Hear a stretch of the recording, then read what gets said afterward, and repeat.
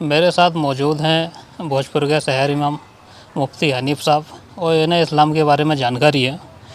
और मैं सबसे पहले आपका परिचय जानना चाहता हूँ। अस्सलामु अलैकुम वरहमतुल्लाहि वबरकातुहू। मैं मौलाना मोहम्मद हनीफ मिसबाही जामिया फ़ारूक़ी अज़ीज़ुल उलूम का मैं टीचर भी हूँ और यहाँ शहर इमाम भी हूँ।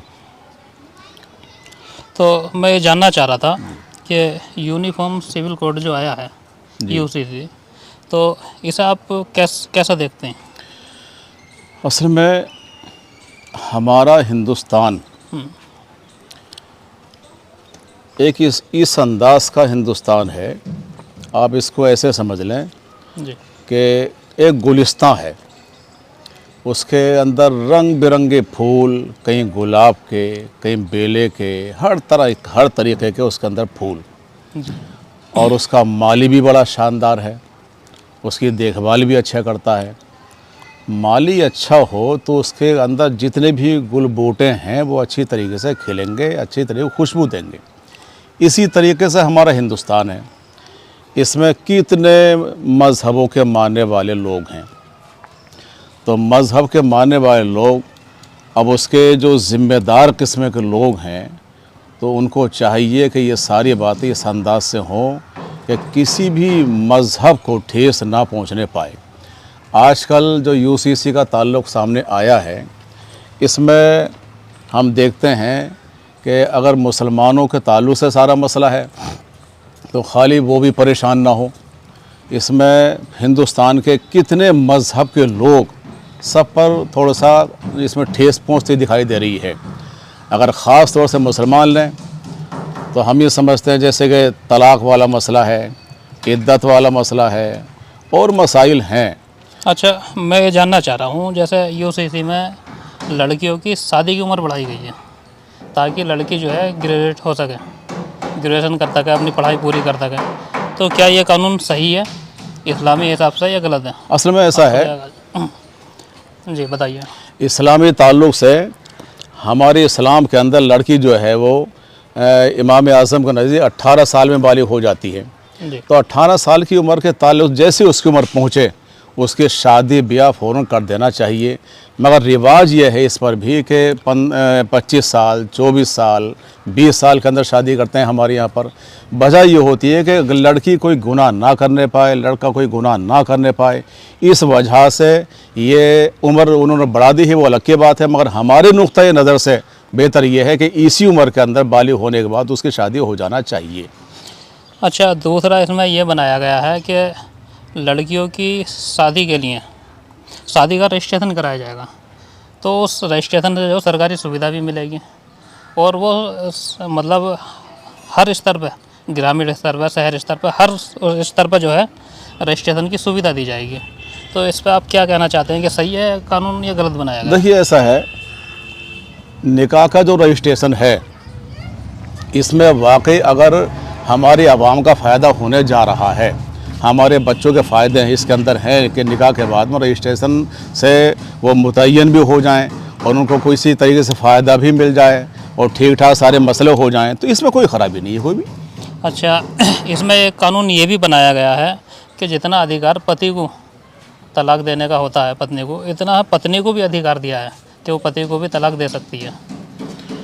तो ऐसी सूरत के अंदर इसमें यह है कि कुरान पाक में अर्रिजालु कव्वामूना अलन निसा, मर्द जो है, मर्द वो हाकिम हुआ करता है।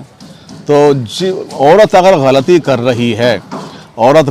रही है, तो शौहर को हक़ पहुंचता है कि वो अपनी बीवी को तलाक दे सकता है। और औरत अगर ज़्यादा ही परेशान है तो उससे खुला के अंदाज़ शरीयत के अंदर हैं, तो खुला वो ले सकती है। और खुला का अंदाज़ यही है कि अपने कुछ पैसे देने के बाद अपने शौहर से छुटकारा हासिल कर ले, ये उसको हक़ है। तलाक लेने का उसको हक़ नहीं है, उसको तलाक नहीं बोलते, बल्कि खुला बोलते हैं उसको। तो कानून जो है आपकी निगाह में सही है गलत है?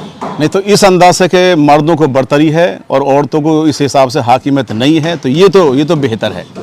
अच्छा, एक कानून इसमें यह बनाया गया है कि जो एक से अधिक विवाह होते हैं उन पर रोक लगाई जाएगी।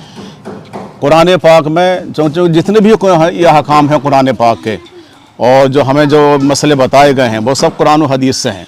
और कुरान और हदीस के अंदर हम ज़रा से भी मुसलमान होने के नाते या शरीयत की मालूमात होने के नाते हम कभी भी तब्दीली उसके अंदर नहीं चाह सकते। अब रहा मसला ये है कि साहब एक मर्द एक औरत से ज़्यादा से शादी का मसला है तो 4 शादियों की हमारे यहाँ पर इजाज़त दी गई है। मगर मेरे नज़दीक ये है कि पूरे हिंदुस्तान में क्या एशिया के अंदर क्या है, मर्द सिर्फ़ एक ही औरत से निकाह करता है। हमारे यहाँ 2, 3 और 4 का मसला भी इतना नहीं है। कुरान पाक के अंदर आता है, बड़ा शानदार उसूल है, वल्ला तादिलु फ़वाहिदा, अगर तुमने 4 से कर ली हो और उनमें अदल इंसाफ अगर ज़रूरी है, अदल इंसाफ अगर नहीं कर पाए औरतों के दरमियान में तो सिर्फ एक ही औरत से करना ज़रूरी है। 2 से और 3 से 4 से करना हमारे यहाँ कोई ज़रूरी नहीं है। अच्छा, अभी इस कानून में एक ये भी बन गया है कि मुसलमान जो महिलाएं हैं उन्हें उत्तराधिकार नहीं है, बराबर का सम्मान नहीं दिया जाता। तो क्या ये इस्लाम के हिसाब से सही है या गलत है? देखिए ऐसा है, विरासत ताल्लुक़ इसमें इशारे हैं कि लड़के के लिए हिस्से 2 और लड़के के लिए हिस्सा 1। जी। तो कुरान पाक के अंदर आता है कि मिसाल के तौर पर एक बाप के अगर 3 बच्चे हैं, एक लड़का है 2 लड़कियां, तो उसकी जायदाद में कितने हैं, 1 रुपया उसके पास है, तो 58 भर मिल जाएगा इसको लड़के को और 54 भर मिल जाएगा लड़की को। अब चूंकि वजह उसकी यह हुआ करती है कि लड़के को तो बाप की तरफ से मिलता है, तो इधर और लड़की को इधर से ही मिल गया, वो उसको ससुराल की तरफ से मिलता है, तो इस लिहाज से लड़की किसी मौके से भी कमज़ोर नहीं इस मामले में। अच्छा, एक कानून इन्होंने ये भी बनाया है कि जो लड़का शादीशुदा है और किसी वजह से वो मर जाता तो उसकी बीवी को पेंशन मिलता, तो उस पेंशन से जो है बीवी की ये जिम्मेदारी बनती है कि उसके माँ बापों का ख्याल रखे, लड़के के माँ बापों का ख्याल रखे वो हर चीज़ से। किसी कारण लड़की की शादी हो जाती है दूसरे लड़के से, तब भी उसके माँ बापों का ख्याल रखेगी, वो भरण पोषण करेगी। नहीं, ऐसा है, देखिए हमारे यहाँ पर जैसे ससुर जिसको बोलते हैं, ससुर का इंतकाल हो गया या लड़के का इंतकाल हो गया, तो लड़के के जो वालिदैन हैं उसकी जो जायदाद या प्रॉपर्टी शौहर की इस औरत को मिलेगी, तो उसमें जब तक वो उसके पास वो है और इद्दत में तकरीबन वो है या उसी घर में रहना चाहती है, तो उस विरासत से अपने शौहर के वालिदैन की वो देखभाल कर सकती है। अब रहा मसला कि हमेशा के लिए तो उसके कांधे इतने कमज़ोर हैं कि अपने बाल बच्चों की देखभाल करेगी या फिर वो अपने ससुर और सास की देखभाल करेगी, ये कोई ज़रूरी नहीं है, बल्कि उसके बेहतर यही है कि वो औरत जो है अपने जैसे बच्चों की देखभाल करती है इसी तरीके से अपने ससुर और सास की भी देखभाल कर रहे। तो अच्छा, इस सूरत में ये लड़का ही नहीं है कि लड़का ख़त्म हो जाए तो लड़के को उसकी घरवाली को पेंशन मिलती है। किसी कारण अगर महिला की नौकरी लगी हुई है और उसका शौहर ख़त्म हो जाए तो या महिला ख़त्म हो जाए तो उसकी पेंशन जो आएगी तो वो लड़के के माँ बापों का भी ख्याल रहेगी, चाहे शादी कहीं और हो जाए उसकी।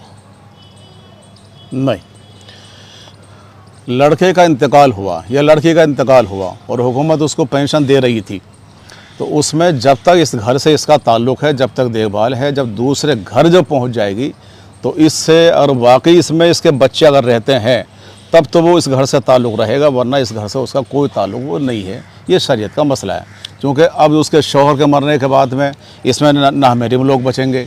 अब इसका सामने आना, बेपर्दा हो जाना, ये सब किसी नज़दीक है, ये अच्छा नहीं है मेरी। अच्छा, दोनों में से एक मर जाता, पति या पत्नी, तो पत्नी को भी अधिकार होगा कि पति के माँ बापों का ध्यान रखे, और किसी वजह से पत्नी मर जाती है तो उसके पति को भी अधिकार होगा कि पत्नी के माँ बापों का भरण पोषण करें। हाँ, इसमें ऐसा है, मज़हबी इस्लाम ये चाहता है कि रिश्तेदारी कभी ना टूटे और भाईचारगी हमेशा से बनी रहे। तो ऐसी सूरत के अंदर अगर इसका शौहर का इंतकाल हो जाता है तो उसको चाहिए कि इसकी रिश्तेदारियों को मुकम्मल देखभाल रखे, और इसका इंतकाल हो जाता है तो उसको चाहिए कि उसके घर वालों का, रिश्तेदारों का ध्यान रखे। हमने हदीस पाक में ये पढ़ा है कि अगर इंतकाल हो जाता है वालिद का, तो उसके जितने दोस्त अहबाब हैं, बच्चों को चाहिए कि वालिद के दोस्त अहबाब का मुकम्मल तौर से ख्याल रखे, उनकी खिदमत करे, तो इनकी रूह को सवाब मिलता है, ये खुश होती हैं। तो इस लिहाज से करना अच्छी बात है, कोई बात नहीं। अच्छा, मुस्लिम महिलाओं को अडॉप्शन का अधिकार नहीं है? अगर इसमें जो है सरकार ने पीछे कोई स्कीम चलाई थी, तो उसमें जो है 2,31,000 सुझाव आए थे।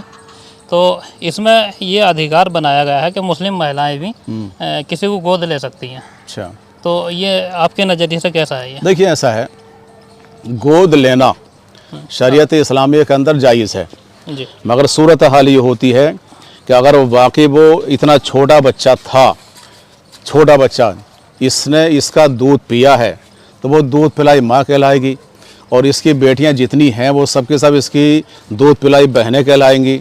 अब इनमें आपस में कोई पर्दा नहीं रहेगा।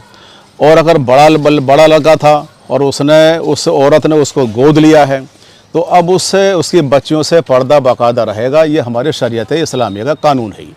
अच्छा, ये कानून ऐसी महिलाओं के लिए भी बनाया गया है जो अकेली रहती हों या तलाकशुदा हों या जिन्होंने शादी ना की हो, तो वो भी किसी भी बच्चे को गोद ले सकते हैं। बस उसी अंदाज से है कि वाकई अगर वो दूध पिलाने वाली औरत बन सकती है, वो दूध पिलाई है और वो दूध उसने उसका पिया है, तो सगी माँ की ही दर्जे के अंदर वो आएगी। और अगर वो बच्चा बड़ा है और दूध उसने नहीं पिया है, तो फिर उसके लिए वो दर्जा नहीं मिल पाएगा। सिर्फ खिदमत करने के नाते उसकी देखभाल कर सकती है, वो सगी माँ उसको नहीं कहलाएगी।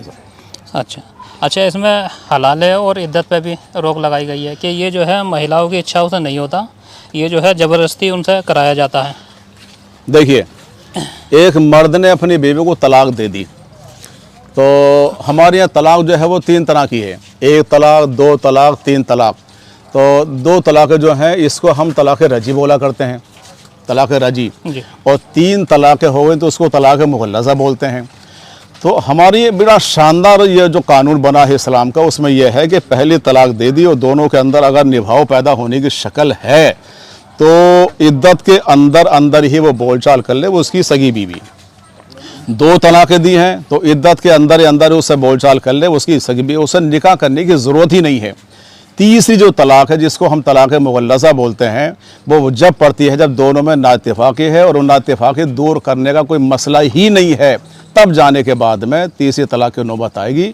उसमें क्या है, अगर वापस आना चाहती है तब हलाला है, वापस नहीं आना चाहती है तब उसमें हलाले की ज़रूरत भी नहीं है। नहीं, जैसे तीनों तलाक़ें हो गई, तो तीनों तलाक़ें होने के बावजूद भी उसे इद्दत करनी पड़ती है। हाँ, हलाला की प्रक्रिया होती है। जी। तो वो सारी चीज़ें इस कानून से ख़त्म की जा रही हैं, ताकि ये जो है महिलाओं की के ऊपर जो है ज़बरदस्ती थोपी जा रही है। ज़बरदस्ती का मसला नहीं है, ये इद्दत वाला मसला जो है, आज साइंस को उठा के देखिए, उसने भी साबित ये किया है कि मुसलमान जो औरतें हुआ करती हैं, उसका पहला महीना MC का, दूसरा महीना, तीसरा महीना, ये 3 महीने जो है इतनी पाक व साफ़ हो जाती है, उसका रहम बिल्कुल पाक व साफ़ होता है, उसमें रहम में किसी दूसरे का नुत्फ़े का कोई अंदेशा होता ही नहीं है। इस वजह से इद्दत गुजारना क्या ज़रूरी है, किसी दूसरे मर्द का उसमें खलल बिल्कुल नहीं होता।